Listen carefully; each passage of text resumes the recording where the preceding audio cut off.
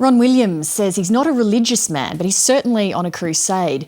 The jazz singer and father of 6 has launched a self-funded legal challenge to the controversial National School Chaplaincy Program. The case has now gone all the way to the High Court, as Tracy Bowden reports.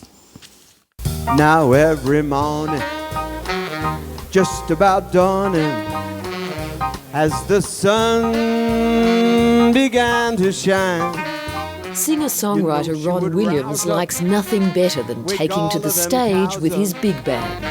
Walk 'em down to a daddy's mind. But this week he's playing to a very different crowd in the highest court in the land. It just kept rolling on. It just kept going down the freeway like a big sacred cow that nobody's really game to touch. So it really did have to be taken to the High Court. The sacred cow to Ron Williams is the National School Chaplaincy Program, the federally funded scheme which has placed 2,700 chaplains in schools across the nation. What prompted me to take it on was that there were a lot of other parents feeling that they were in the same boat. So I guess somebody had to do it for them, and it just turned out to be me. The full bench of the High Court is being asked to rule on whether employment criteria and funding for the chaplains program breach the Constitution.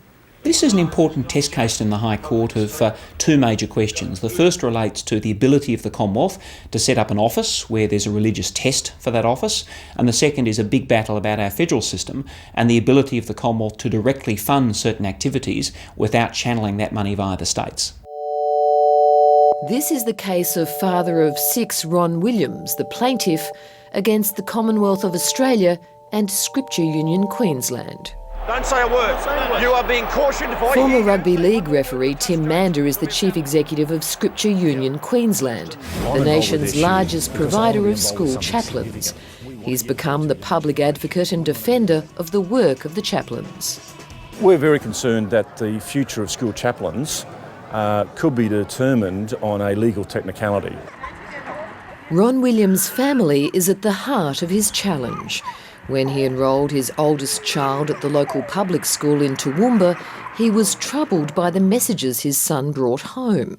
The case of our son, we'd asked that he be excluded from religious instruction, and so other children, or a couple of other children, probably zealous kids, had told him that he'd go to hell because he wasn't doing RI. It's coming.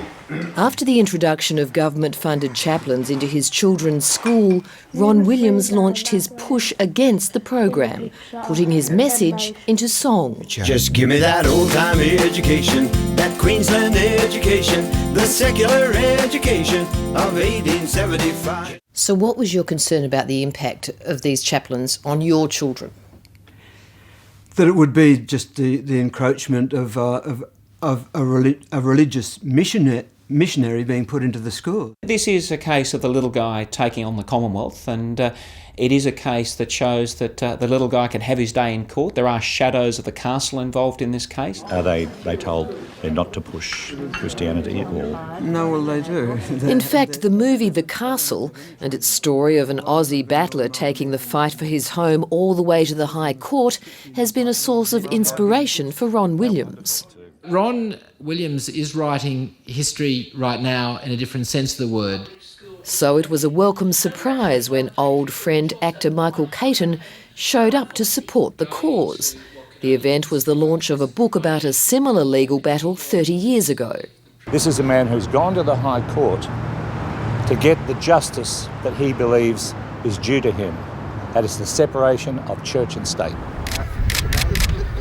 But Queensland's school chaplains believe justice is also on their side. Tim Mander points to the 70,000 statements of support he's received. The hundreds of chaplains, and therefore the welfare of children, are at risk, and we want the community to know that school chaplaincy is very well received, very well supported, and that we think it'd be a great shame if the federal funding was stopped because of this challenge. Are you driven by the fact that you're anti-religion? Oh no, I'm not anti-religion. No, I'm not anti-religion at all. I am a fervent believer in the constitutional separation of church and state, I do believe that our state schools should be secular spaces for our children.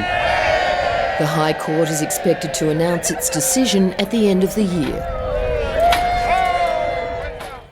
Tracy Bowden reporting.